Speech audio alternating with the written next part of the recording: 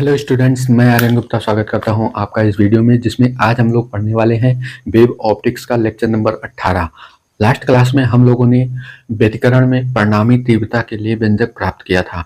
आज की क्लास में हम लोग उसके आगे का डेरिवेशन करेंगे। जैसा कि हमने आप लोगों को बताया था कि ये जो क्वेश्चन है ये कभी कभी परिणामी आयाम के रूप में पूछा जाता है और कभी कभी परिणामी तीव्रता के रूप में पूछा जाता है। तो आज की इस क्लास में हम लोग परिणामी तीव्रता का व्यंजक डिराइव करेंगे। बच्चों, क्वेश्चन जो है आपकी स्क्रीन पर आएगा, यहाँ पर परिणामी तीव्रता का जो क्वेश्चन है। बाकी वीडियो देखने के बाद अगर आप लोग इसका पीडीएफ चाहते हैं तो पीडीएफ आपको हमारे टेलीग्राम चैनल पर मिलेगा, जिसका लिंक मैं नीचे आपको डिस्क्रिप्शन बॉक्स में दे दूंगा। टेलीग्राम चैनल को ज्वाइन कर लीजिएगा, क्योंकि वहां पर आपको स्टडी से रिलेटेड जितनी भी पीडीएफ होती है वहीं पर अपलोड होती है। हमारी यूट्यूब की क्लास होने के बाद सारी क्लास की पीडीएफ आपको हमारे टेलीग्राम चैनल पर मिलती है। तो चलिए शुरू करते हैं आज की अपनी क्लास बिना देरी किए हुए। देखते हैं कि परिणामी आयाम से हम परिणामी तीव्रता कैसे लेकर आते हैं, और फिर उसमें कुछ स्पेशल कंडीशन जो है संपोषी व्यतिकरण की और विनाशी व्यतिकरण की, उसको देखते हैं हम लोग। तो कल जो फॉर्मूला मिला था हमें परिणामी तीव्रता का, वो फॉर्मूला क्या मिला था? R बराबर A1 का स्क्वायर प्लस A2 का स्क्वायर और plus 2A1 A2 cos phi और पूरे का अंडर रूट। ये हमें कल का फॉर्मूला मिला था। ठीक है, कल का फॉर्मूला है। बस इसी के आगे हम लोग आज परिणामी तीव्रता का व्यंजक डिराइव करेंगे। ठीक है ना? तो यहां पर हेडिंग डालेंगे परिणामी तीव्रता के लिए व्यंजक। परिणामी तीव्रता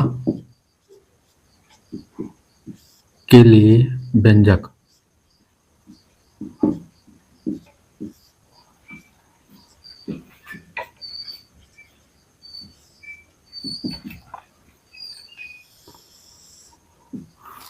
परिणामी तीव्रता के लिए व्यंजक बहुत ही इंपॉर्टेंट है बच्चों। कई बार इससे रिलेटेड न्यूमेरिकल भी एग्जाम में आते हैं, तो कोई जरूरी नहीं है डेरिवेशन ही आए तभी हम इसको पढ़ें। न्यूमेरिकल के लिए भी हमें डेरिवेशन को पढ़ना जरूरी है। ठीक है ना? क्योंकि इसमें ऐसी ऐसी स्पेशल कंडीशन है कि अगर आप लोग उसका डेरिवेशन अगर ध्यान से नहीं देखेंगे तो आपसे एक न्यूमेरिकल भी नहीं हो सकता है। अगर आप सोचे कि हम फार्मूला याद कर लेंगे और मतलब न्यूमेरिकल कर लेंगे, तो ऐसा नहीं हो सकता है। ठीक है ना? तो इसलिए डेरिवेशन को पढ़ना आवश्यक है। तो वीडियो बहुत ही इंपॉर्टेंट है, आप लोग जरूर देखिएगा। तो चलिए शुरू करते हैं इसको। परिणामी तीव्रता के लिए व्यंजक। तो तीव्रता जो होती है, तीव्रता को हम किससे प्रदर्शित करते हैं? आई से। इंटेंसिटी ऑफ लाइट बोलते हैं इसे। ठीक है, प्रकाश की तीव्रता को इंटेंसिटी ऑफ लाइट बोलते हैं। तो परिणामी तीव्रता के लिए व्यंजक हम लिखेंगे चूंकि तीव्रता जो होती है, तीव्रता आयाम के वर्ग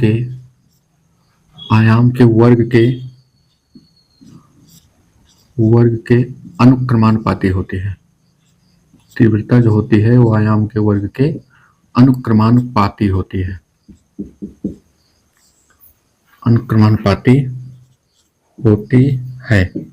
ठीक, ये लाइन आप लोग याद रखिएगा। ठीक है, तीव्रता आयाम के वर्ग के अनुक्रमानुपाती होती है। अर्थात इसको हम लिख सकते हैं कि आई जो होती है तीव्रता, वो अनुक्रमानुपाती होती है आयाम के वर्ग की। तो यहाँ परिणामी आयाम क्या था? आर। तो आर के वर्ग की क्या होती है? अनुक्रमानुपाती होती है। ठीक है ना? यहाँ से अनुक्रमानुपाती का चिन्ह जब हटेगा तो यहाँ पर एक कांस्टेंट आता है के। यहाँ पर कांस्टेंट क्या आता है? के आता है। के इंटू क्या हो जाएगा? R square. ठीक है ना? अनुपाती का चिन्ह हटेगा, यहाँ पर एक कांस्टेंट आएगा के इंटू आर स्क्वायर। अब हम क्या करते हैं, इसको मान लेते हैं समीकरण नंबर 1। ठीक है, जो कल हमने ड्राइव किया था परिणामी आयाम का व्यंजक, इसको हम मान लेते हैं समीकरण नंबर 1। इसकी वैल्यू यहाँ से रख देते हैं। ठीक है, तो आई बराबर यहाँ पर लिखेंगे समीकरण 1 से मान रख दिया हमने यहाँ पर आर का। तो आई बराबर हमें क्या मिलेगा? के इंटू अंडर रूट में A1 का स्क्वायर प्लस A2 का square plus 2A1 A2 cos phi. ठीक, cos फाई पूरे का क्या लगेगा? होल स्क्वायर, क्योंकि यहाँ आर का स्क्वायर है। ठीक है। तो हमने पूरे का क्या किया, होल स्क्वायर लगा दिया। अब इस स्क्वायर से ये वाला अंडर रूट क्या होगा, कैंसिल हो जाएगा, ठीक है ना। ये अंडर रूट क्या होगा, कैंसिल हो जाएगा। अब आपका केवल यही बचेगा, ठीक है। तो आई बराबर, ये बच रहा है, इसमें के से अंदर हम मल्टीप्लाई करा देते हैं, तो ये हो जाएगा के ए वन का स्क्वायर प्लस के ए टू का स्क्वायर प्लस 2 के a one a two cos five, ठीक है। ये इतना मिल गया। अब जैसे हमने यहाँ परिणामी तीव्रता, यहाँ पर परिणामी आयाम लिया है, तो ये परिणामी तीव्रता है। अगर हम दोनों तरंगों की तीव्रता को I1 और I2 मान लें, ठीक है, इसको भी आप ऐसे रखे रहिए, ठीक है। इसको मान लीजिए समीकरण नंबर 2, ठीक है, इसको मान लीजिए समीकरण नंबर 2। अब हम माना दोनों तरंगों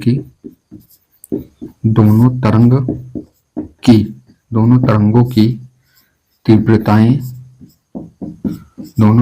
तीव्रताएं I1 व I2 हैं, ठीक। दोनों तरंग की तीव्रताएं I1 व I2 हैं। तो इस हिसाब से यहाँ पर I1 का अगर मान रखेंगे तो I1 बराबर क्या हो जाएगा, K इंटू A1 का स्क्वायर, ठीक। इसको कहाँ से आया, इसको देखिए, हम ऐसे बताते हैं आपको। अब पहली तरंग की तीव्रता है, तो पहली तरंग के आयाम के वर्ग के अनुक्रमानुपाती होगा, ठीक है। और उसके बाद दूसरी तरंग की तीव्रता I2 जो है वो दूसरी तरंग के आयाम के वर्ग के अनुक्रमानुपाती होगा। तो पहली तरंग का आयाम हमने क्या माना था, A1, दूसरी तरंग का आयाम क्या माना था, A2। तो I1 जो होगा वो अनुक्रमानुपाती होगा A1 के स्क्वायर के, और I2 जो होगा वो अनुक्रमानुपाती होगा A2 के स्क्वायर के, क्योंकि तीव्रता जो होती है आयाम के वर्ग के अनुक्रमानुपाती होती है।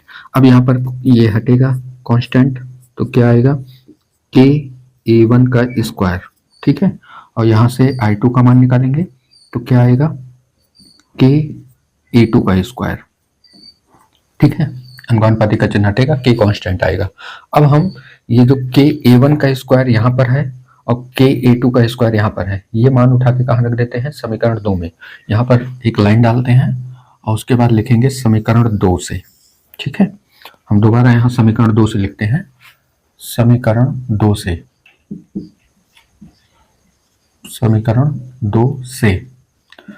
2 से ले लेते हैं I बराबर के A1 का स्क्वायर, इसकी जगह पर हम क्या रखेंगे, I1, ये I1 है, ठीक। के A1 का स्क्वायर की जगह क्या रखेंगे, I1 प्लस के A2 का स्क्वायर है, इसकी जगह क्या रखेंगे, I2, ठीक। प्लस यहाँ पर देखिए क्या है, 2 A1 A2 cos फाइव। तो हम इसको क्या करते हैं, 2 तो ऐसे लिख लेते हैं, इस k को हम इसके साथ A1 के साथ भी लिखते हैं और इस k को A2 के साथ भी लिखते हैं, लेकिन यहाँ पर एक ही k है तो हम इसको अंडर रूट में करके लिख सकते हैं, अंडर रूट k A1, ठीक है, अंडर रूट k A1, और उसके बाद गुणे में अंडर रूट k A2, ठीक है। A2 को बाहर रखेंगे अंडर रूट के, केवल अंडर रूट में k कर रहे हैं, ठीक है, क्योंकि अंडर रूट के का जब मल्टीप्लाई होगा तो क्या हो जाएगा, k हो जाएगा, और A1 A2 अपने आप यहाँ पर आ जाएगा, और इनटू क्या हो जाएगा, cos फाइव, ठीक। इतना समझ में आया। मैं एक बार फ्रेम चेक कर लेता हूँ कि आपको ऊपर आ रहा है कि नहीं आ रहा है।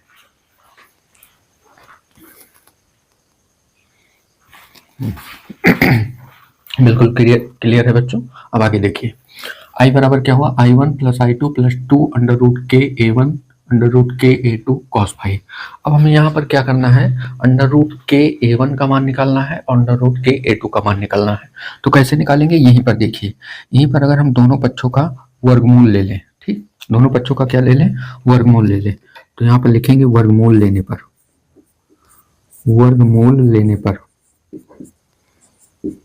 ठीक, वर्गमूल लेने पर दोनों पक्षों का, क्योंकि हमें उसकी वैल्यू वहां निकालनी है, ठीक, दोनों पक्षों का वर्गमूल लेने पर, ठीक है। तो यहाँ पर जो है, यहाँ पर इधर का वर्गमूल लेंगे तो अंडर रूट I1 हो जाएगा, और बराबर में इधर भी अंडर रूट के A1 का स्क्वायर हो जाएगा, ठीक है। अब A1 का स्क्वायर है तो A1 जो है अंडर रूट के बाहर आएगा, ठीक है, क्योंकि ये 2 बार है तो ये अंडर रूट के बाहर आ जाएगा। तो इसको हम लिखेंगे अंडर रूट में I1 बराबर अंडर रूट के इंटू A1, ठीक है। अंडर रूट के ऊपर रहेगा और A1 बाहर आ जाएगा तो A1 केवल बचेगा, ठीक है ना, स्क्वायर से बाहर आ जाएगा, वर्गमूल हो जाएगा उसका। यहाँ भी लिखेंगे दोनों पक्षों का वर्गमूल लेने पर, दोनों पक्षों का वर्गमूल लेने पर, वर्गमूल लेने पर यहाँ पर वर्गमूल लेंगे तो ये हो जाएगा I2 का वर्गमूल बराबर में अंडर रूट में के A2 का स्क्वायर। अब स्क्वायर वाली चीज अंडर रूट से बाहर आएगी तो यहाँ पर हो जाएगा I2 बराबर में अंडर रूट में रहेगा केवल के और इंटू यहाँ पर क्या हो जाएगा A2, ठीक है ना। बस यही मान उठा के यहाँ पे रख देना है। तो देखिए यहाँ पर I बराबर I1 प्लस I2 और प्लस में 2 तो यहाँ ऐसे रहेगा अंडर रूट के A1, तो अंडर रूट के A1 इसकी जगह क्या रहेगा अंडर रूट I1, यहाँ पर हम रख देते हैं under root I1 into under root के A2, अंडर रूट के A2 इसकी जगह हम क्या रखेंगे अंडर रूट I2, ठीक है, और इंटू कॉस फाई।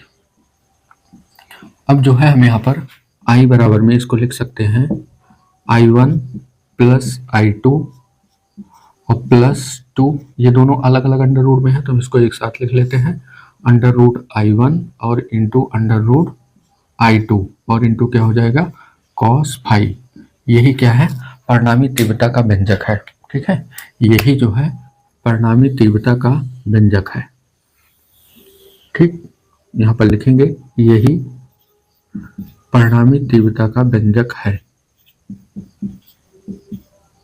परिणामी तीव्रता का व्यंजक है, ठीक।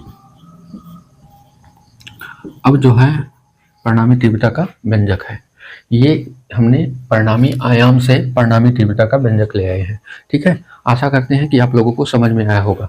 इतना आप लोग स्क्रीनशॉट लीजिए, इसके बाद इसके आगे का हम लोग करते हैं और आपको बताते हैं कि एग्जाम में किस टाइप का क्वेश्चन ये पूछा जाता है, ठीक है ना। इतना आप लोग देख लीजिए पहले।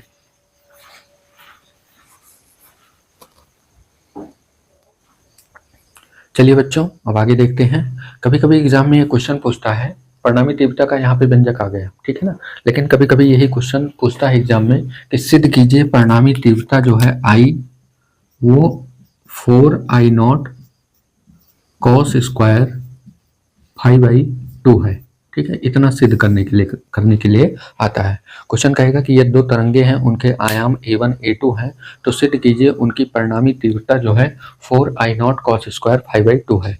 तो आपको जितना डेरिवेशन मैंने कल करवाया था और आज जितना यहाँ तक करवाया है इसको तो करना ही रहेगा, बस इसी के आगे थोड़ा सा और बढ़ाना है, ठीक है। डायरेक्ट इसको हम ऐसे करेंगे, यहाँ पर मान लेते हैं पहले इसको, ये इतना सिद्ध करने के लिए आता है, ठीक है ना। तो कैसे आएगा ये देखिए, इसको हम मान लेते हैं पहले ये वाला समीकरण जो है इसको मान लेते हैं समीकरण नंबर 3, ठीक है ना, समीकरण नंबर 3। अब यहाँ पर मान लेते हैं यदि कंडीशन है, यहाँ पर हम हेडिंग डाल देते हैं कंडीशन, ठीक है। एक कंडीशन है, कौन सी कंडीशन, यदि दोनों तरंगों की तीव्रताएं I0 हो तो हम यहाँ दोनों तरंगों की तीव्रताएं क्या मान लेते हैं I0 मान लेते हैं। इसका मतलब हुआ कि अतः हम कह सकते हैं कि I1 बराबर है I2 और ये बराबर है किसके I0 के, ठीक है ना। बस इसी समीकरण में हमें मान रख देना है, जहां I1 है जहां I2 है वहां हमें क्या रखना है I0 रखना है। तो लिखेंगे समीकरण 3 से, ठीक। ये जो कंडीशन है बच्चों आप लोग यहाँ पर टैग लगा लीजिए, बहुत ही इंपॉर्टेंट है, एग्जाम में कई बार पूछी गई है कंडीशन, ठीक है। यहाँ पर ये कंडीशन से क्वेश्चन कई बार आता है, न्यूमेरिकल में भी इस पर सवाल आते हैं, ठीक है। न्यूमेरिकल में भी इस पर क्वेश्चन आता है, हम न्यूमेरिकल भी आपको करके बताएंगे, ठीक है ना। पहले इसको देखिए डेरिवेशन में फॉर्मूला कैसे आता है। तो समीकरण 3 से हम ले लेते हैं, जहां I1 I2 है वहां हम I0 रखेंगे। तो I बराबर क्या होगा, यहाँ पर लिखेंगे I बराबर I1 की जगह I0 प्लस I2 की जगह भी I0 प्लस 2 अंडर रूट में I1 की जगह I0 इंटू I2 की जगह I0 इंटू कॉस फाई, ठीक है। अब I बराबर I0 को हम लिख सकते हैं 2I0 और प्लस 2 यहाँ पर हो जाएगा I0 का स्क्वायर, अंडर रूट के अंदर क्या हो जाएगा I0 का स्क्वायर, क्योंकि 2 बार है गुणे में स्क्वायर हो जाएगा, इंटू कॉस फाई, ठीक है। अब यहाँ से इस स्क्वायर से ये अंडर रूट क्या होगा, कैंसिल हो जाएगा, ठीक है ना। इस स्क्वायर से अंडर रूट कैंसिल हो जाएगा। I बराबर क्या मिलेगा 2I0 और प्लस 2I0 और इंटू कॉस फाई, ठीक। हम यहाँ से क्या करते हैं 2I0 को कॉमन कर लेते हैं, तो I बराबर हमें मिलेगा 2I0 कॉमन कर लिए, इसके स्थान पर क्या बचेगा 1 प्लस यहाँ पर क्या बचेगा कॉस फाई, ठीक है ना। ये इतना हो गया, I बराबर 2I0 into 1 plus cos phi. अब जो है यहाँ पर एक ट्रिग्नोमेट्री का फार्मूला लगेगा, ठीक है। हम इधर इरेज करते हैं इधर वाला, ठीक है। इधर वाला आप लोगों ने नोट कर लिया होगा, इधर वाला इरेज करते हैं, फिर इसके आगे फार्मूला कौन सा लगेगा, कैसे वो सिद्ध करने के लिए आएगा, उसको हम लोग देखते हैं, ठीक है। चलिए देखते हैं इसके आगे यहाँ पर कौन सा फार्मूला लगेगा। अब हम लोग जानते हैं चूंकि फार्मूला ट्रिग्नोमेट्री का लगेगा यहाँ पर, ठीक है। चूंकि कॉस फाई का जो फॉर्मूला होगा, कॉस थीटा का जो फॉर्मूला होता है, हम थीटा के पदों में लिखते हैं, थीटा कोण है, वैसे वहाँ फाई क्या है कोण है, ठीक है ना। तो कोण से कोई फर्क नहीं पड़ रहा है, हम यहाँ पर चेंज कर देंगे अभी, ठीक है। कॉस थीटा का जो फॉर्मूला होता है वो क्या होता है 2 कॉस स्क्वायर थीटा बाई 2 और माइनस का 1, ठीक है। तो कॉस थीटा का जो फॉर्मूला होता है 2 cos square theta by 2 minus का 1, ठीक है। अब जो है यहाँ से 1 को हम इधर ले लेते हैं, तो 1 इधर आएगा प्लस में हो जाएगा, तो 1 प्लस कॉस थीटा बराबर हो जाएगा ये 2 कॉस स्क्वायर थीटा बाई 2, ठीक है। ये हो जाएगा, बस 1 प्लस कॉस थीटा यहाँ पर है, बस यही मान उठा के हम यहाँ पर रख देंगे। अतः आई ये फॉर्मूला होता है बच्चों, ठीक है। ये क्या है फॉर्मूला है, याद रखना इसको, आगे भी फिजिक्स में कई जगह काम आएगा, ठीक है। इसको याद रखना आप लोग, ठीक है। कहाँ से आया है अभी हम आप लोगों को बता देते हैं शॉर्ट में यहाँ पर, ठीक है। बस इतना फॉर्मूला होता है कॉस थीटा बराबर 2 cos square theta by 2 minus का 1, तो 1 को इधर ले लेंगे तो 1 प्लस कॉस थीटा बराबर 2 कॉस स्क्वायर थीटा बाई 2 बचेगा, ये इधर चला आएगा। तो हम यहाँ पर मान रखते हैं, अतः आई बराबर क्या होगा, आई बराबर होगा 2I0 और ब्रैकेट में 1 प्लस कॉस फाई की जगह हम क्या रखेंगे 2 कॉस स्क्वायर फाई बाई 2 हो जाएगा, थीटा की जगह क्या हो जाएगा फाई हो जाएगा, तो 2 कॉस स्क्वायर फाई बाई 2, ठीक है। इसका मल्टीप्लाई यहाँ कराएंगे तो आई बराबर हमें मिलेगा 4I0 cos square phi by 2, ये हमें प्रूव करना था, ठीक है, कि परिणामी तीव्रता जो है आई बराबर 4I0 cos square phi by 2 होती है, ठीक है। बस यहीं पर इसको बस ये थोड़ा सा आगे यहाँ पर I0 रख के इसको यहाँ पर हल कर लेना था और फिर यहाँ पर ट्रिग्नोमेट्री का फॉर्मूला लगा लेना था। अब ये फार्मूला कहाँ से आया मैं यहाँ पर आपको समझा देता हूँ। देखिए फॉर्मूला होता है cos 2 थीटा का, तो cos 2 थीटा बराबर फॉर्मूला होता है cos स्क्वायर थीटा और माइनस का साइन स्क्वायर थीटा, ठीक, ये फॉर्मूला होता है। तो अगर हम यहाँ पर हम cos के पदों में ही निकालना चाहें तो cos 2 थीटा बराबर इसको लिख सकते हैं cos स्क्वायर थीटा और माइनस साइन स्क्वायर थीटा का फार्मूला आप लोग जानते हैं 1 माइनस कॉस स्क्वायर थीटा, ठीक है। अब जो है इसका अंदर मल्टीप्लाई करेंगे तो cos 2 थीटा बराबर हमें मिलेगा cos स्क्वायर थीटा और minus 1 plus cos square theta. इस हिसाब से ये दोनों जोड़ेंगे तो cos 2 थीटा बराबर आ जाएगा आपका 2 cos स्क्वायर थीटा और माइनस का 1, ठीक है। लेकिन हमें किसका फॉर्मूला चाहिए था cos थीटा का, ठीक है। लेकिन यहाँ पर क्या है, 2 थीटा है, तो थोड़ा ध्यान दीजिए, 2 थीटा क्या है, कोण है। तो यहाँ पर कोण क्या है, यहाँ 2 थीटा है तो यहाँ थीटा है। तो ऐसे अगर हम कॉस थीटा निकालें, कॉस थीटा अगर निकालें तो यहाँ 2 थीटा है तो यहाँ थीटा हो गया, यानी इसका आधा हो गया। तो यहाँ पर अगर थीटा है तो यहाँ पर उसका आधा हो जाएगा, तो ये हो जाएगा 2 कॉस स्क्वायर, ये थीटा का आधा क्या होगा, थीटा बाई 2 हो जाएगा, और माइनस का 1 हो जाएगा। 1 को इधर ले लेंगे तो 1 प्लस कॉस थीटा बराबर क्या आएगा, 2 कॉस स्क्वायर थीटा बाई 2 आ जाएगा। ठीक है, ये ऐसे फॉर्मूला ये आता है। ठीक है, ट्रिग्नोमेट्री का ये फॉर्मूला है जितना, लेकिन एग्जाम में आपको यहीं से लिखना है, चूंकि कॉस थीटा बराबर 2 cos square theta by 2 minus 1 को इधर ले लीजिए तो ये इतना बराबर ये मिल जाएगा। ठीक है ना, ये इतना एग्जाम में लिखना है। लेकिन ये आया कहाँ से, इसको हमने आपको बता दिया। बाकी जो बच्चे 11th में मैथ लिए हैं, 12th में मैथ लिए हैं, उनको समझ में आ गया होगा कि हाँ ये ट्रिग्नोमेट्री का फार्मूला है, इनवर्स ट्रिग्नोमेट्री में ये ज़्यादा यूज हुआ है। ठीक है ना, या 11th की ट्रिग्नोमेट्री में ज़्यादा यूज हुआ है, उनको ये समझ में आया होगा कहाँ से आया है। बाकी बायोलॉजी वाले बच्चे, उनको दिक्कत होगी थोड़ा, लेकिन मैं यहाँ पर बता दिया हूँ, अगर वो समझ गए होंगे तो कोई भी दिक्कत नहीं होगी। इतना स्क्रीनशॉट लीजिए आप लोग, उसके बाद फिर हम आगे देखते हैं।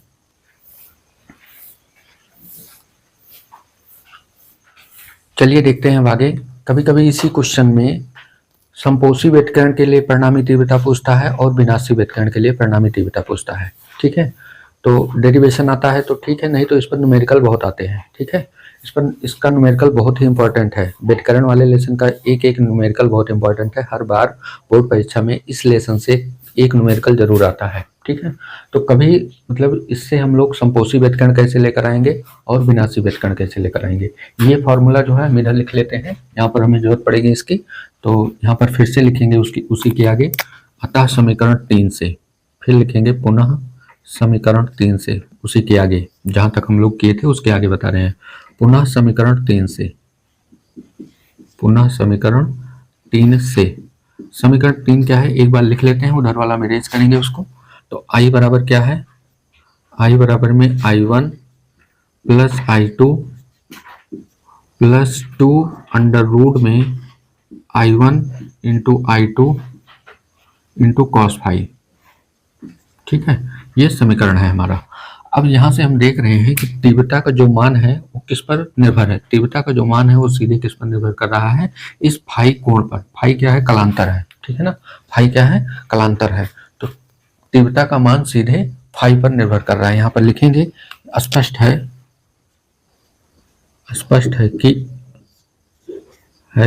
कि परिणामी तीव्रता जो है, परिणामी तीव्रता आई, परिणामी तीव्रता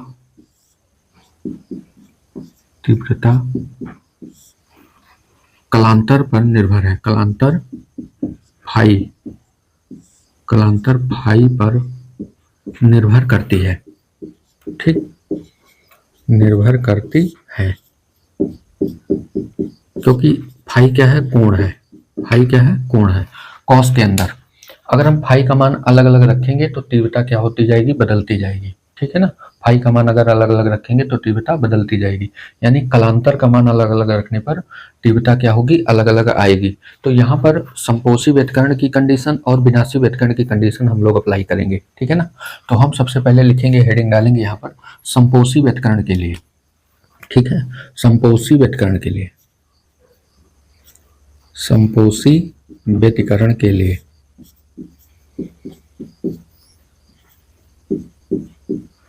समपोषी, यानी समपोषी व्यतिकरण के लिए मतलब इसको बोलते हैं कंस्ट्रक्टिव इंटरफेरेंस।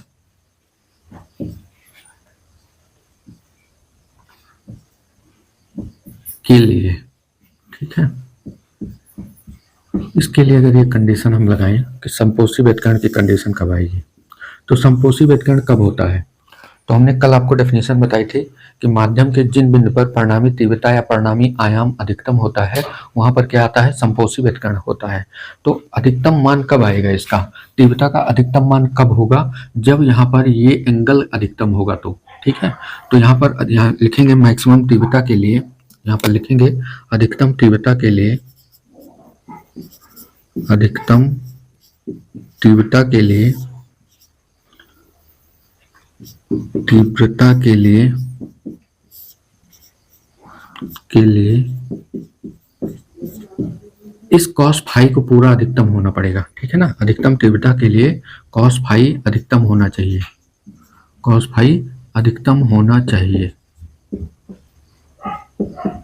अधिकतम होना चाहिए, इसका मान जो है अधिकतम होना चाहिए, ठीक है। तो cos फाई का अधिकतम मान क्या होता है, ठीक है। cos फाई का मैक्सिमम मान हम लोग निकालेंगे, तो यहाँ पर लिखेंगे चूंकि cos फाई का अधिकतम मान, cos फाई का अधिकतम मान जो होता है वो क्या होता है, 1 होता है।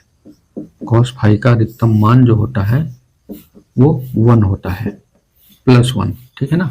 क्योंकि cos क्या है, cos फाई क्या है, कोण है यहाँ पर, तो इसका जब मान देखते हैं तो अधिकतम मान क्या आता है, इसका 1 आता है। बाकी और भी वैल्यूज आती हैं लेकिन वो क्या रहती हैं, 1 से छोटी रहती हैं। तो अधिकतम मान इसका क्या होगा, 1 होगा। अर्थात इसको हम लिख सकते हैं, अतः इसको हम लिख सकते हैं कि cos फाई बराबर 1, ठीक, cos फाई बराबर 1। अब फाई में मतलब cos में कितने का मान 1 होता है, तो हम लोग जानते हैं cos फाई बराबर cos 0 का मान 1 होता है, ठीक है। cos 0 का मान क्या होता है, 1 होता है। यहाँ cos से cos कैंसिल हो जाएगा, तो फाई बराबर क्या होगा, 0 डिग्री। फाई बराबर क्या होगा, 0 डिग्री, ठीक है। यानी 0 डिग्री पे मान क्या होता है, 1 होता है। और कितने पे मान 1 होगा, ऐसे और एंगल के लिए निकालें तो देखिए 0 पर 1 हुआ है, उसके बाद किस पर होगा, अतः सभी कलांतर अगर लिखे यहाँ पर, अतः कलांतर फाई जो होगा, कलांतर फाई बराबर क्या होगा, पहला तो आपका 0 होगा, उसके बाद और किस पर 1 होता है मान, तो 0 पर हो गया, उसके बाद 2 पाई पर होगा, उसके बाद फिर 4 पाई पर होगा, ठीक है। पाई का मतलब 180, अभी 0 पर मतलब जो है 1 है, अब 180 पर जाएंगे तो 1 होगा, ठीक है। उसके बाद जो है 180 पे जाएंगे तो -1 होगा, फिर 180 जाएंगे तो +1 हो जाएगा, ठीक है। यानी 2 बार घूमेंगे तो 2 चक्कर लगाएंगे तो आपका 2 पाई आएगा, और 2 पाई आएगा तो cos फाई का मान फिर क्या हो जाएगा, 1 हो जाएगा। क्वाड्रेंट आप लोगों ने पढ़ा होगा, यहाँ पे क्या होता है, ये x अक्ष है, ये पहला चतुर्थांश है और ये दूसरा चतुर्थांश है, ये तीसरा चतुर्थांश है और ये चौथा चतुर्थांश है, ठीक है। तो यहाँ 0 है, यहाँ 90 है और यहाँ 180 है, फिर क्या है 360 है, यहाँ पे 270 है, फिर यहाँ पर 360 होता है, ठीक है। तो cos यहाँ पर मान 1 है, cos फाई का अधिकतम मान यहाँ पे 1 है, तो एक बार जब पूरा घुमाएंगे तो फिर 1 होगा, यानी पूरा चक्कर जब लगा लेते हैं तो 2 पाई होता है। फिर उसके बाद जब दोबारा घूम के आएंगे तो फिर 1 आएगा, यानी 4 पाई हो जाएगा। फिर दोबारा जब घूम के आएंगे तो 6 पाई हो जाएगा, फिर उसके बाद जब घूम के आएंगे तो 8 पाई हो जाएगा। यानी कलांतर जो है उसका क्या होगा, 0 होगा, 2 पाई होगा, 4 पाई होगा, 6 पाई होगा, 8 पाई होगा। अतः हम यहाँ पर लिख सकते हैं कि कलांतर जो है वो 2n पाई का पूर्ण गुणज है, ठीक है। कलांतर जो है वो क्या है, 2n पाई का पूर्ण गुणज है। यहाँ पर लिखेंगे अतः कलांतर 2n पाई का पूर्ण गुणज है, ठीक, 2n पाई का पूर्ण गुणज है। जहां n बराबर क्या है, n बराबर 0 1 2 3 4, यहाँ पर लिख सकते हैं कि जहां n, यहाँ पर लिख देते हैं हम, जहां यहाँ पर लिख देते हैं, आगे नीचे दिखाई दे रहा है आप लोगों को, यहाँ पर अगर यहाँ पर लिखे हम, जहां n बराबर क्या है, 0 1 2 3 4 डॉट डॉट, ठीक है, ये n की वैल्यू है। अब देखिए अगर n बराबर हम यहाँ 0 रख दें तो ये पूरा 0 हो जाएगा, यानी 0 आ जाएगा। n बराबर 1 रख दें तो यहाँ पर 2 पाई आ जाएगा, 2 रख दें तो 4 पाई आ जाएगा, 3 रख दें तो 6 पाई आ जाएगा, 4 रख दें तो 8 पाई आ जाएगा। यानी कलांतर जो है वो 2n पाई का पूर्ण गुणज होता है, ठीक है ना। इतना समझ में आया आप लोगों को। अब ये कलांतर हमने निकाल लिया किस कंडीशन में, समपोषी व्यतिकरण की कंडीशन में। अब हम लोग इसी में पथांतर निकालते हैं, ठीक है ना। कलांतर और पथांतर पूछा जाता है, समपोषी व्यतिकरण के लिए कलांतर भी पूछा जाता है और पथांतर भी पूछा जाता है। इतना आप लोग इधर का स्क्रीनशॉट लीजिए, फिर आगे करते हैं इसको इरेज करके। यहाँ तक आप लोगों ने नोट कर लिया, n बराबर 0 1 2 3 4 है, ठीक है। अब जो पथांतर होता है, पथांतर का फार्मूला होता है, चूंकि पथांतर बराबर होता है, यहाँ पर लिखते हैं, चूंकि पथांतर बराबर होता है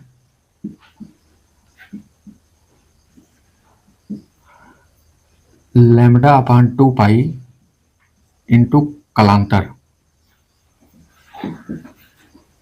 लैम्डा अपान 2 पाई इंटू कलांतर। ठीक है, पथांतर का ये फॉर्मूला होता है कि लैम्डा अपान 2 पाई इंटू कलांतर। ठीक है, अब हम यहाँ पर ये जो कलांतर हमने निकाला है संपोषी व्यतिकरण की कंडीशन में, इसी कलांतर को अलग अलग रखकर हम लोग पथांतर निकाल सकते हैं। इसको हम लोग पथांतर को हम लोग किससे दिखाते हैं? डेल्टा एक्स से दिखाते हैं। ठीक है, किससे दिखाते हैं? डेल्टा एक्स से दिखाते हैं। तो डेल्टा एक्स बराबर लैम्डा अपान 2 पाई, और कलांतर को हम लोग किससे दिखाते हैं? फाई से। ठीक है, अब अगर फाई का मान यहाँ अलग अलग रखते जाएं तो हमें पथांतर मिलेगा। ठीक है, तो ऐसे अगर निकालें कि अतः पथांतर क्या होगा? अतः पथांतर संपोषी व्यतिकरण की कंडीशन में डेल्टा एक्स बराबर, अगर हम यहाँ पे जीरो रखें, पहला कलांतर रखते हैं फाई की जगह जीरो, तो पूरा क्या हो जाएगा? जीरो हो जाएगा। फिर उसके बाद अगर हम 2 पाई रखते हैं यहाँ पर, 2 पाई अगर यहाँ रखेंगे तो 2 पाई कैंसिल हो जाएगा, पथांतर क्या मिलेगा? लैम्डा मिलेगा। ठीक है, फिर हम रखते हैं 4 पाई, यहाँ पर अगर 4 पाई रखेंगे तो 2 पाई से 4 पाई जाएगा, 2 आएगा, यहाँ पर क्या बचेगा? 2 लैम्डा आएगा। ठीक है, अगर हम ऐसे 6 पाई रखते हैं तो 2 3 6 3 लैम्डा हो जाएगा। ठीक है, उसके बाद फिर अगर 8 पाई रखेंगे तो 4 लैम्डा हो जाएगा। ठीक, 4 लैम्डा हो जाएगा। तो ये हो जाएगा आपका पथांतर। यानी जब कलांतर 0, 2 पाई, 4 पाई, 6 पाई, 8 पाई है तो उस समय संपोषी व्यतिकरण की कंडीशन में जो पथांतर होगा वो क्या होगा? 0 लैम्डा, 2 लैम्डा, 3 लैम्डा, 4 लैम्डा। यानी यहाँ पर लिख सकते हैं कि अतः पथांतर जो होगा, अतः पथांतर संपोषी व्यतिकरण में पथांतर जो होगा वो n लैम्डा का पूर्ण गुणज होता है, पूर्ण गुणज होता है। ठीक है, पूर्ण गुणज होता है, जहां n क्या है? जहां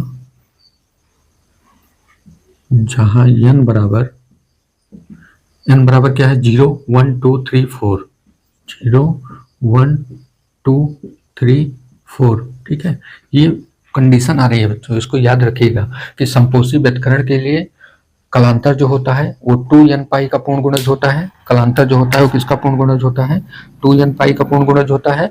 और पथांतर जो होता है वो n लैम्डा का पूर्ण गुणज होता है। ठीक है ना, इससे अगर आप लोग ये कंडीशन याद रखेंगे तो क्वेश्चन जो न्यूमेरिकल आते हैं इस पर डिपेंडेंट, उसको करने में आप लोगों को आसानी होगी। ठीक है ना, सीधे हमें जितना दिया होगा उतना रख के हम डायरेक्ट यहाँ पे मान निकाल सकते हैं। ठीक है ना, यहाँ पर एक चीज हम लोग और देख लेते हैं कि कलांतर मिल गया हमें और पथांतर मिल गया, दोनों मिल गया।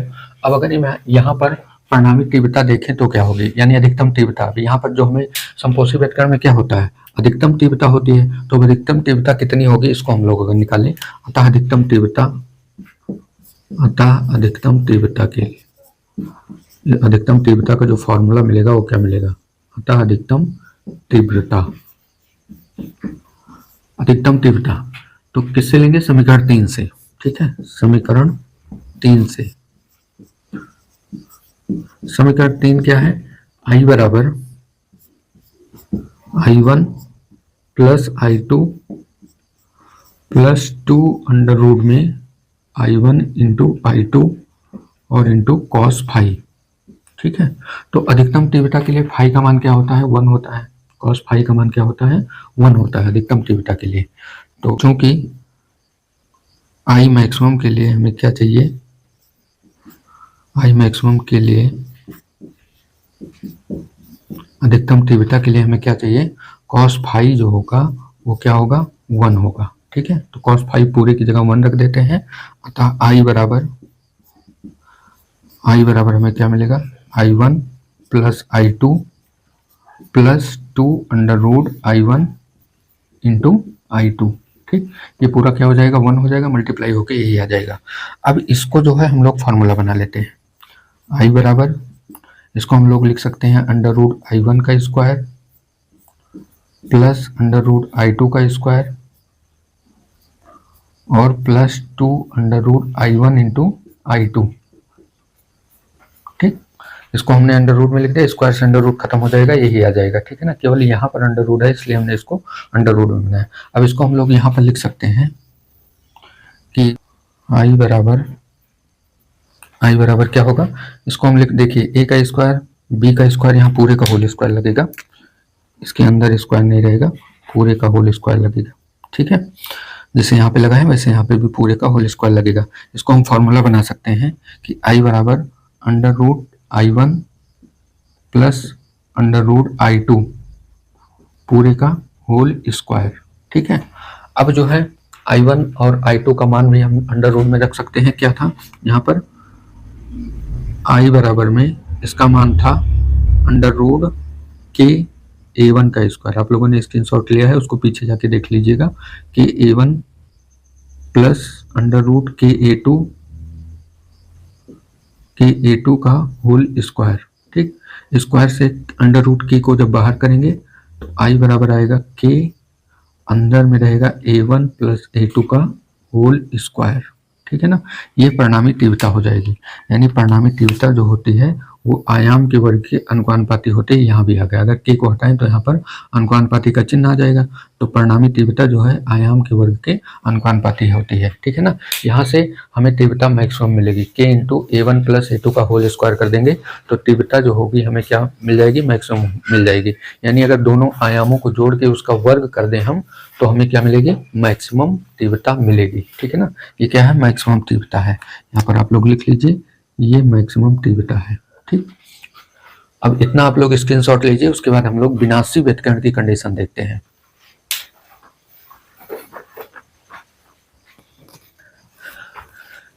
चलिए देखते हैं बच्चों, बस ये लास्ट कंडीशन है विनाशी व्यतिकरण की, उसके बाद ये डेरिवेशन क्या हो जाएगा, खत्म हो जाएगा। फिर उसके बाद हम इस लेसन के आगे जो अपना लेक्चर है उसको पूरा करेंगे। उसके बाद वेव ऑप्टिक्स का पूरा न्यूमेरिकल जब हम बताने लगेंगे तो इसमें जितने फार्मूले हैं सब का उपयोग हम आपको बताएंगे, ठीक है ना। एक एक फार्मूला इंपॉर्टेंट है, सभी फार्मूले पर लगभग क्वेश्चन आता ही है एग्जाम में, इंपॉर्टेंट क्वेश्चन हम आपको जब तैयार कराएंगे तो उसमें जरूर इसका क्वेश्चन लेकर आएंगे, क्योंकि जब इसका न्यूमेरिकल हम आप लोगों को करवाएंगे तब आपको ये टॉपिक एकदम क्लियर हो जाएगा। डेरिवेशन थोड़ा बड़ा है, बस आप लोग अगर धैर्य बना के पढ़ेंगे तो आपको एकदम अच्छे से समझ में आएगा। तो चलिए देखते हैं विनाशी व्यतिकरण की क्या कंडीशन होती है। तो यहाँ पर हम इसको मिटा के यहाँ पर लिख देते हैं विनाशी व्यतिकरण, विनाशी व्यतिकरण, ठीक। यानी इसको हम बोलते हैं डिस्ट्रक्टिव इंटरफेरेंस के लिए, ठीक है। तो विनाशी व्यतिकरण कहाँ पे होता है, तो हमने आपको डेफिनेशन बताई थी कि माध्यम के जिन बिंदु पर परिणामी तीव्रता या आयाम न्यूनतम होता है वहां पे कौन सी कंडीशन होती है, विनाशी व्यतिकरण की कंडीशन होती है। तो यहाँ पर तीव्रता कैसी होनी चाहिए, न्यूनतम होनी चाहिए, संपोषी में अधिकतम, विनाशी में न्यूनतम, ठीक। न्यूनतम तीव्रता के लिए कॉस फाई क्या होना चाहिए, न्यूनतम होना चाहिए, कॉस फाई भी क्या होना चाहिए, न्यूनतम होना चाहिए, ठीक। न्यूनतम तीव्रता के लिए कॉस फाई न्यूनतम होना चाहिए। तो कॉस फाई का न्यूनतम मान क्या होता है, कॉस फाई का न्यूनतम मान, अब कॉस फाई का जो सब न्यूनतम मान होता है वो क्या होता है, -1 होता है। कॉस फाई का न्यूनतम मान -1 होता है, तो यानी कॉस फाई बराबर क्या आएगा, यहाँ पर -1 आएगा। अब कॉस में कितने की वैल्यू -1 होती है, कॉस में 180 की वैल्यू -1 होती है, यानी कॉस पाई की वैल्यू -1 होती है, ठीक है। तो कॉस से कॉस कैंसिल हो जाएगा, पाई कलांतर फाई बराबर क्या आएगा, पाई आ जाएगा, ठीक है ना। अब हम अगर ऐसे कलांतर देखें यहाँ पर, अतः कलांतर लिखेंगे, अतः कलांतर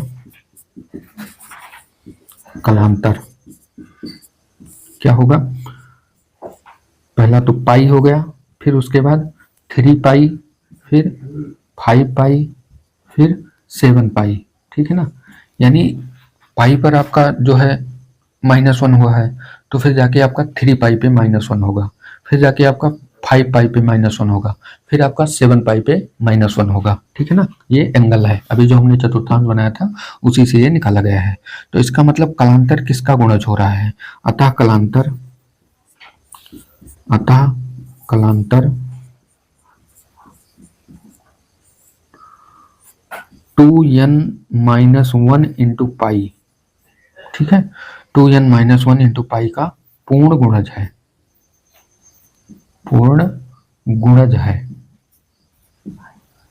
ठीक। तो अब की बारी n की वैल्यू क्या रखेंगे, देखिए यहाँ पर पाई कैसे आएगा, अगर n की वैल्यू हम 1 रख दें, n की वैल्यू क्या रख दें, 1 रख दें, तो 2 1 के 2 और 2 में से 1 गया 1, 1 का गुणा जब पाई में कराएंगे तो पाई आ जाएगा। यानी n की वैल्यू अब की बार किससे स्टार्ट हो रही है, 1 से स्टार्ट हो रही है। समपोषी व्यतकरण में n की वैल्यू जो स्टार्ट हुई थी वो 0 से स्टार्ट हुई थी, लेकिन विनाशी व्यतकरण में n की वैल्यू जो होगी वो 1 से स्टार्ट होगी। जहाँ n बराबर लिखेंगे, जहाँ n बराबर क्या है, 1 2 3 4 डॉट डॉट कुछ भी हो सकता है, ठीक है। 1 रखेंगे तो 2 1 2 -1 यानी पाई आ जाएगा। 2 रखेंगे तो 2 दूना 4 में से 1 गया 3 पाई आ जाएगा। 3 रखेंगे तो 3 दूना 6 में से 1 गया 5 पाई आ जाएगा। 4 रखेंगे तो 4 दूनी 8 -1 यानी 7 पाई आ जाएगा। ऐसे हम आगे डॉट डॉट लगा सकते हैं कि आगे और भी हो तो निकाल सकते हैं। तो विनाशी व्यतकरण की कंडीशन में, विनाशी व्यतकरण की कंडीशन में न्यूनतम तीव्रता होती है और न्यूनतम तीव्रता की कंडीशन में कलांतर जो होगा वो 2n-1 इंटू पाई का पूर्ण गुणज होगा। अब हम लोग देख लेते हैं पथांतर क्या होगा। तो पथांतर का फॉर्मूला ये होता है, हमने इसको इरेज नहीं किया, यहाँ पर लिखा रखा है कि पथांतर बराबर लैम्डा अपान 2 पाई इंटू कलांतर, यानी डेल्टा एक्स बराबर लैम्डा अपान 2 पाई इंटू फाई। तो अब हम फाई का अलग अलग मान ये अगर रखेंगे तो हमें क्या मिलेगा, पथांतर मिल जाएगा। अतः पथांतर क्या होगा, यहाँ लिखेंगे, अतः विनाशी व्यतकरण के लिए पथांतर, अतः पथांतर डेल्टा एक्स बराबर, अब देखिए फाई का मान हम पहले क्या रखेंगे, पाई रखेंगे। तो पाई जब यहाँ रखेंगे तो पाई से पाई कट जाएगा, पथांतर हमें पहले क्या मिलेगा, लैम्डा बाई 2 मिलेगा। उसके बाद फिर 3 पाई जब रखेंगे तो पाई से पाई कैंसिल होगा, यहाँ मिल जाएगा हमें 3 लैम्डा बाई 2, ठीक है। उसके बाद 5 पाई रखेंगे जब, तो पाई से पाई कैंसिल होगा, 5 लैम्डा बाई 2 मिल जाएगा। उसके बाद जब हम 7 पाई रखेंगे तो पाई से पाई कैंसिल होगा और 7 लैम्डा बाई 2 मिल जाएगा। डॉट डॉट ऐसे मिलता हुआ चलेगा, ठीक है ना। अतः यहाँ लिखेंगे, अतः पथांतर, पथांतर यहाँ पे क्या फॉर्मूला बनेगा, 2n-1 into lambda by 2, 2n-1 into lambda by 2 का पूर्ण गुणज होगा, पूर्ण गुणज होगा, ठीक। क्योंकि ऐसे कई कंडीशन आ सकती हैं तो हम सबको थोड़ी ना लिखेंगे, बस केवल यहाँ पे फॉर्मूला बना देंगे। अब देखिए n की वैल्यू अगर हम यहाँ पे 1 रखें, n की वैल्यू जैसे हमने यहाँ बताया है 1 2 3 4 है, तो n की वैल्यू अगर 1 रखें तो 2 1 के 2 में से 1 गया 1 लैम्डा बाई 2 आ जाएगा। 2 रखेंगे तो 4 2 दूनी 4 में से 1 गया 3 लैम्डा बाई 2 आ जाएगा। उसके बाद 3 रखेंगे तो 3 दूनी 6 में से 1 गया 5 लैम्डा बाई 2 आ जाएगा। ऐसे 4 रखेंगे तो 7 लैम्डा बाई 2 आ जाएगा।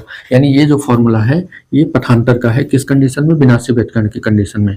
अतः पथांतर 2n-1 इंटू लैम्डा बाई 2 का पूर्ण गुणज होगा, इसको याद रखना, ठीक है। ये पथांतर के लिए है और ये जो है ये कलांतर के लिए है, ठीक है ना। ये कलांतर के लिए है और ये पथांतर के लिए है। अब हम देख लेते हैं कि परिणामी तीव्रता न्यूनतम कितनी होगी। अतः न्यूनतम तीव्रता यहाँ पर लिखते हैं, अतः न्यूनतम तीव्रता,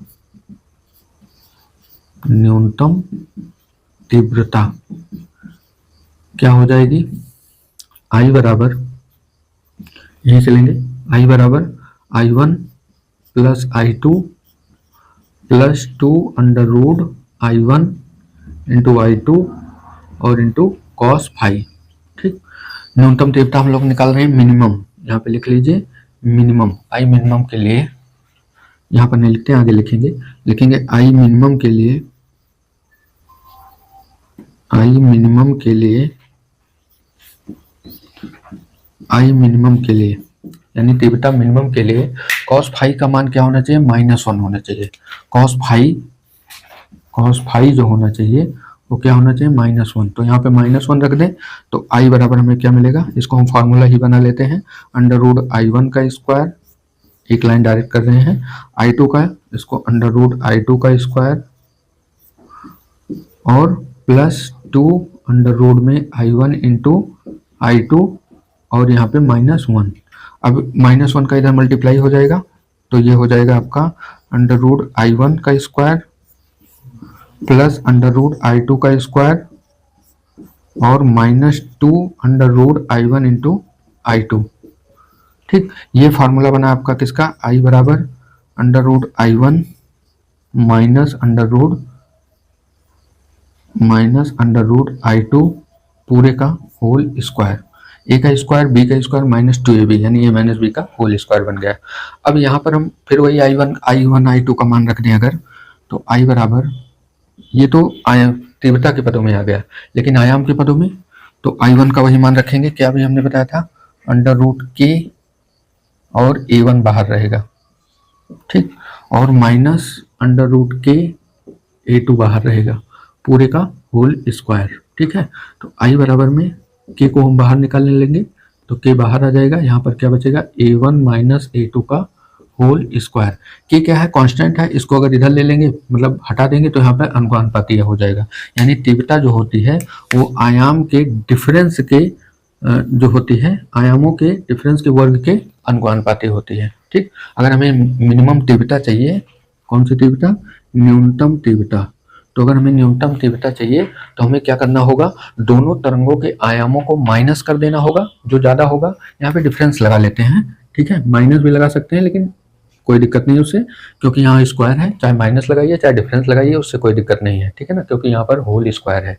दिक्कत वहाँ पे होती है जहाँ पर पूर्ण वर्ग नहीं होता है, ठीक है, तब माइनस में आ जाएगा, इसलिए हम लोग जो बड़ा होता है, जो आयाम बड़ा होगा उसमें से छोटे वाले को माइनस कर देते हैं, ठीक है ना। तो ये मिनिमम तीव्रता के लिए हो गया, ठीक है ना। तो इस तरीके से हमने परिणामी तीव्रता निकाला, और परिणामी तीव्रता के बाद हम लोगों ने संपोषी व्यतिकरण और विनाशी व्यतिकरण की दोनों कंडीशन निकाल ली, ठीक है। डेरिवेशन बच्चों बड़ा है, इंपॉर्टेंट भी है, और इसका न्यूमेरिकल हर साल एग्जाम में आता है, आप लोग इसको स्क्रीनशॉट लीजिए। तो बच्चों आज की क्लास कैसी लगी आपको, कमेंट करके हमें ज़रूर बताइएगा, एक प्यारा सा कमेंट कीजिएगा, जिससे कहीं भी किसी भी वीडियो में अगर आप लोग कमेंट कर देंगे तो हमें पता लग जाएगा, ठीक है।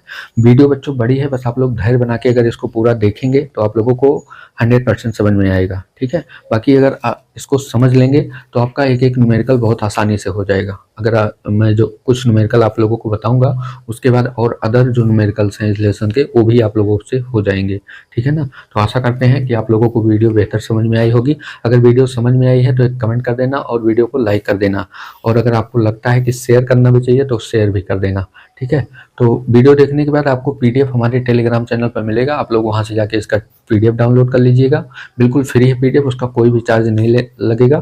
टेलीग्राम चैनल को बस ज्वाइन कर लीजिएगा, ठीक है। तो आज के लिए इतना ही रखते हैं, मिलते हैं अगली क्लास में कुछ और इम्पोर्टेंट क्वेश्चन के साथ। तब तक आप लोग पढ़ाई करते रहिए, मस्त रहिए। जय हिंद, जय भारत।